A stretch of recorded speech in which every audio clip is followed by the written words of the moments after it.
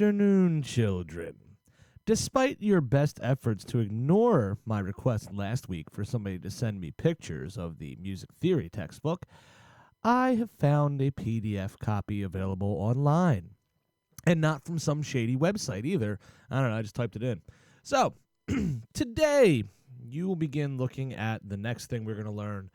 When I'll return, we will do a final wrap-up on minor scales and then a quick quiz on that. But to keep the ball rolling, we're going to look at scale degree names on page 15 of your textbook. So I will pause, or you guys can pause the video for a moment and get your music theory textbooks and open to page 15.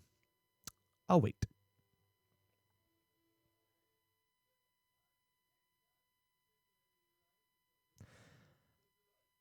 Okay.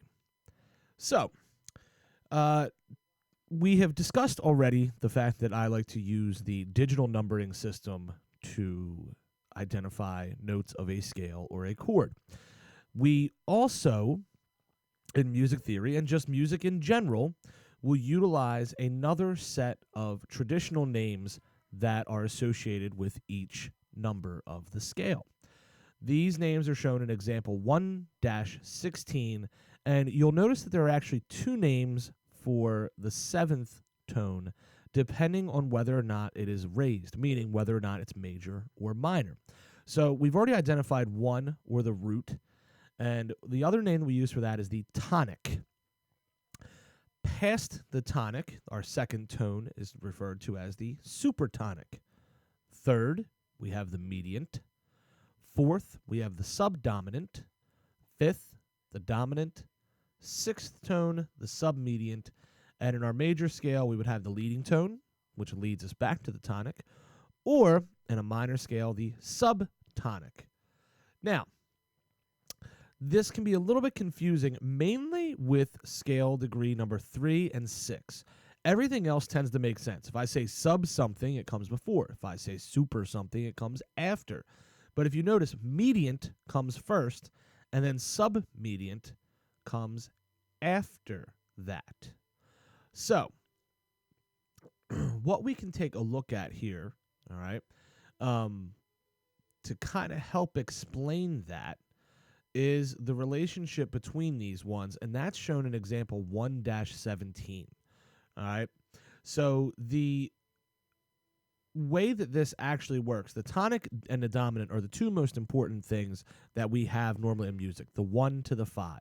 And if we look halfway through that, we call the median. The median is halfway, or a divider in between two things. So the tonic to the dominant, in this case, would be C to G, and our median would be E. The subdominant would be the note F, because it is 5 notes below C. So if we counted C as 1, B would be 2, A would be 3, G would be 4, F would be 5. And our submediant would be halfway between F and C, and that's A.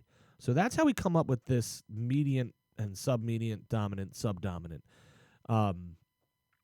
differentiation here.